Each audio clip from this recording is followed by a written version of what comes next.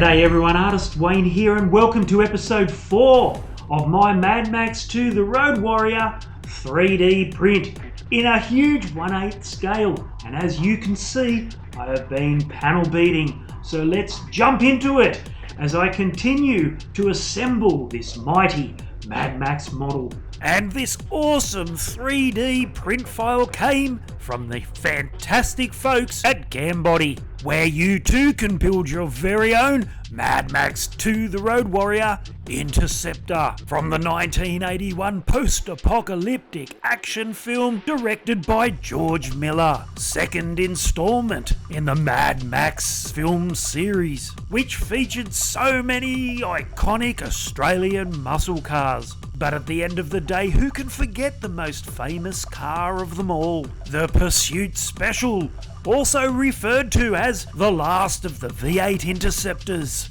This iconic black GT Falcon muscle car, featuring that distinctive supercharger and the famous Concorde front end, and two huge cylindrical fuel tanks cut into the rear of the car, easily giving it one of the most recognisable iconic film car looks to ever hit the big screen. Being a huge Mad Max fan, of course I had to have this model. So naturally this car was my first print project since buying and assembling my original Prusa MK4S 3D printer. And I was printing the largest parts to this model yet, the roof and rear quarter sections, which, just like the chassis, had to be sliced and diced in Prusa Slicer so I could fit it on the heat bed. 16.5 hours in, and we only have 7.5 hours of printing to go. Big print this time, big print. 86%.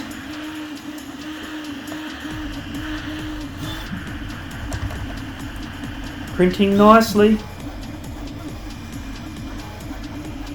Getting low on filament. Well, at least getting low on black filament. 30 minutes left. I better get the right side rear quarter sliced and diced and ready to go on, because I'm really keen to put all of this together, get it primed, get it perfect, and get it painted. Well, I've cleaned up the roof and rear quarter. I've got to glue that together. This side flute won't do. I'm going to have to cut out all of these ribs except for the top and bottom, build this front part up, and then put more ribs in, because there's probably 9 ribs to go in for the GT side flutes on the Mad Max car. The two halves of the rear quarter are together now, all glued. I've given it a rough sand and a light sand. Still a bit rough, but it's time to go to town and bog this baby up. And whilst all this was going on, print almost finished. And how cool is that? Using clear filament. That looks so cool. I figured if I couldn't print a clear windscreen, I might as well use up my clear filament. And of course, whilst I was printing, I was puttying. This is an 11-hour print. I'm going all part of the day and all night. I've got 3 hours to go. And I will have the entire roof and rear quarter panels of the Interceptor ready to put together. This will be the biggest job yet. It's interesting, printing in clear, you can see all the infill inside there, like scaffolding, all the support. Obviously it'll be sprayed black. I thought I might as well use some clear filament because, hell, I don't like my chances of getting a clear print with this clear filament. I really don't. Anyhow, my idea of using clear packaging like a yogurt lid for the car windows was a much better idea. Yes, that was right, but now I had other problems. You see, the two halves of the roof and rear quarters were made to slide together around the chassis before gluing. But I wanted to be able to glue the two pieces together, patch, prime and paint before attaching it to the chassis. which made things a little tricky. I was going to need to modify the chassis. This morning, I'm getting the big guns out.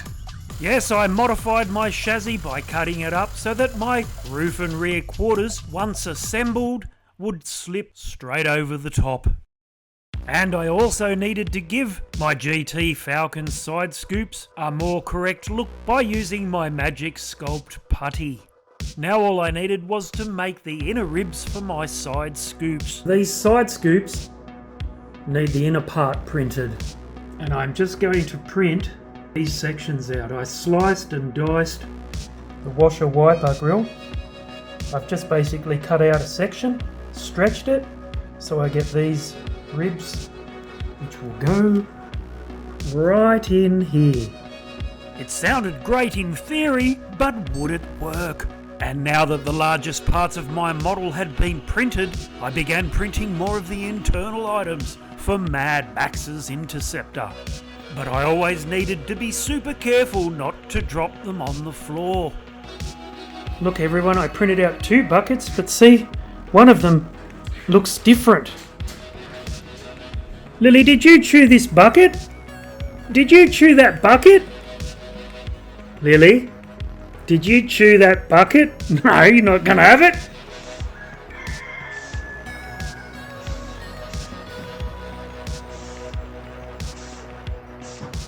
Alright, a bit of an update whilst we have 90km winds outside. I've given the roof and rear quarters 3 light coats of primer. And between coats I was adding all the netting, bedding and material to the inside of the Interceptor. Items I had nicked from Mum's after our visit to the Central Coast. You see, if I couldn't find things in the farm shed, I'd find them somewhere else. This would be my backdrop for all the internal items in Max's car. Items like the shotgun, air cleaner, binoculars, buckets, chains and ropes.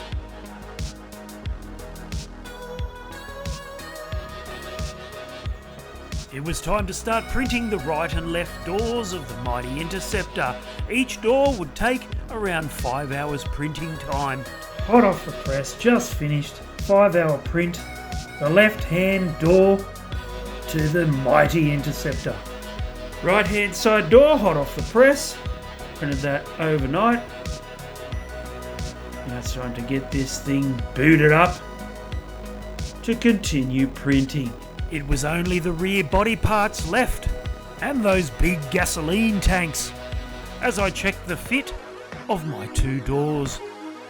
Alright, a quick sand of the door. I mean, I could keep sanding and sanding and sanding, but I'll use the wood putty. There's a door fresh off the bed, and you can see there are a few lines. My prints are way better than when I first started, so I cannot complain.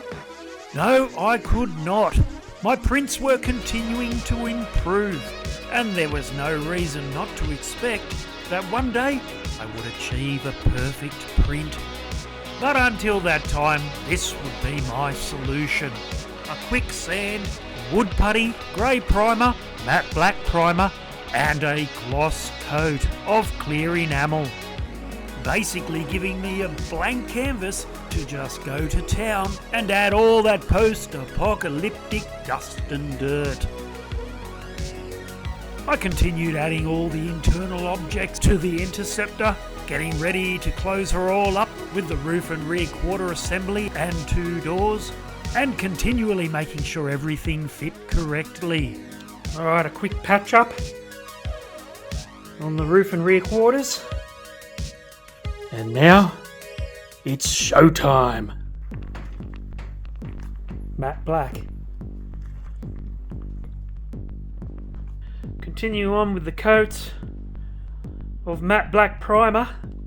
The more coats I give it, the better it will look. Now, it's coming up nicely.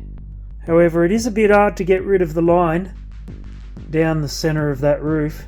The trouble with modelling on a computer is you make one half and then make a mirror image. It doesn't always go together quite right. Alright, painting the rear quarter and roof and priming the doors. The good thing about using the grey primer enamel was its super hard finish.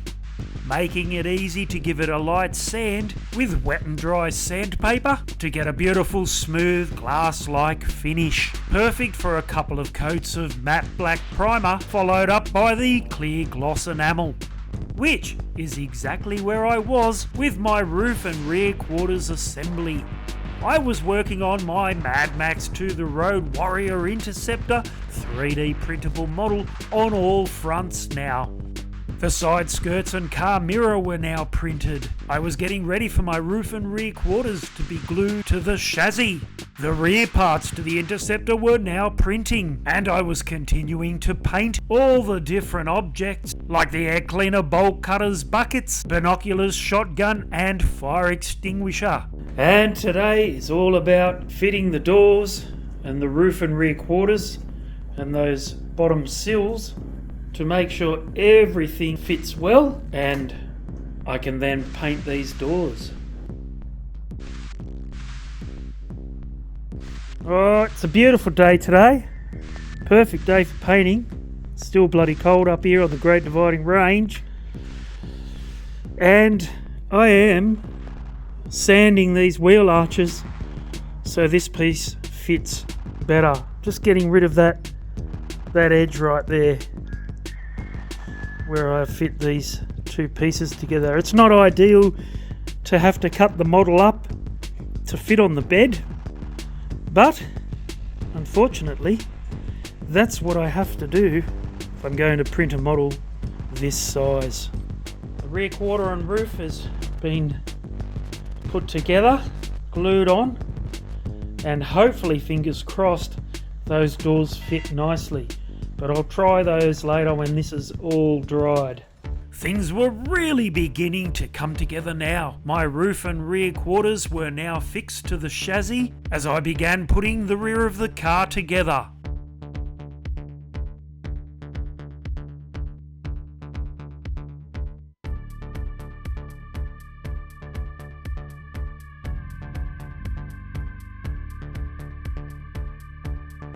Things were really beginning to take shape now as I moved on to printing those large cylindrical fuel tanks which dominate the rear of the Mad Max 2 Road Warrior Interceptor.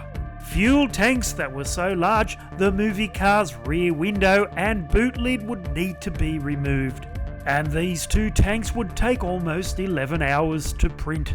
Gasoline tanks. And with these two tanks I only painted the metallic silver highlights, leaving the rest of the tank its natural black plastic colour, simply because these tanks would be covered in dust and dirt. All the largest parts of this model were now printed, but I still had a long way to go. All the wheels, spare tyre, steering, drivetrain, diff and suspension needed printing. I needed to find something bigger than the yogurt lids I had for the front windscreen, and I still needed to make a realistic dinky-dyed dog food box. But so far this Interceptor model was looking fantastic, and I couldn't be happier. Well, that's it for episode 4, and as you can see, I've hit another milestone. All the body panels are assembled, and I cannot wait to paint all that post-apocalyptic dust and dirt. So make sure you hit the like and subscribe buttons, and if you have any comments, especially tips, please let me know.